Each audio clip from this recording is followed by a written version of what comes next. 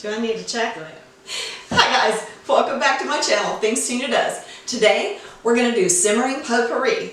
So, for all you candle lovers out there and scent lovers galore, I'm gonna show you how to make this at home, all right? So, remember we talked about the ends of those oranges and I said don't throw those away because I'm gonna show you something to do with them. Well, today we're doing something with them.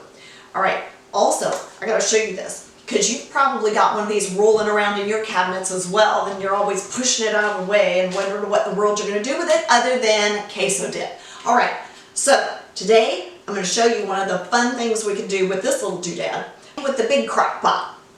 It was kind of a little bonus gift.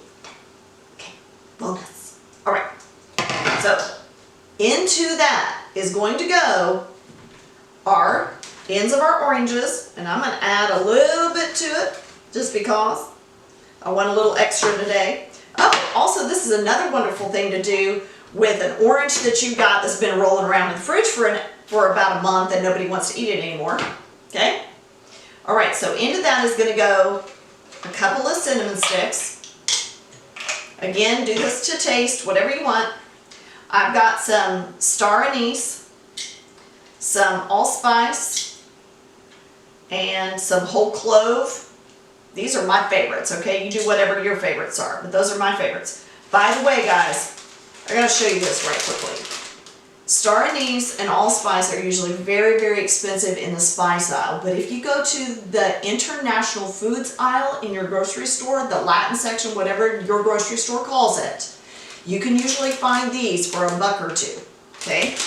Just put them in a jar or something, keep them fresh. Wonderful, wonderful, wonderful, okay? All right, so now we've got our spices in there, right? All those lovely little things. Into it goes hot water. I like to give my water a head start by heating it in the carafe first, all right? And in that goes, you just fill it up, and then you're gonna set this on your counter in a nice safe place away from little grabby hands, okay, to be safe. This is really the safest way to do this. If you don't have one of these little crock pots and you're going, oh my word, I love that idea, but I don't have one of those because my mother will not give me hers. Okay, never fear, use a small saucepan. The only thing is with a saucepan on the stove, it does take a little bit more energy to do it that way. Also, you're going to want to make sure that you check this every hour or two to make sure that your water has not evaporated all the way down, okay? And that you're still safe on that, all right? So set a timer or whatever you need to do if you're doing it on the stovetop. And I've done that many, many times, and that's what I do. I just set the timer and make sure I'm coming back to check on that every hour to hour and a half. And of course, you're gonna put that on low, low, low, low simmer, okay? So we're gonna plug this in and we're gonna come back to this in a little while and see how it's cooking. Oh my word, guys, this is already smelling wonderful. I'm gonna plug this in and let it go.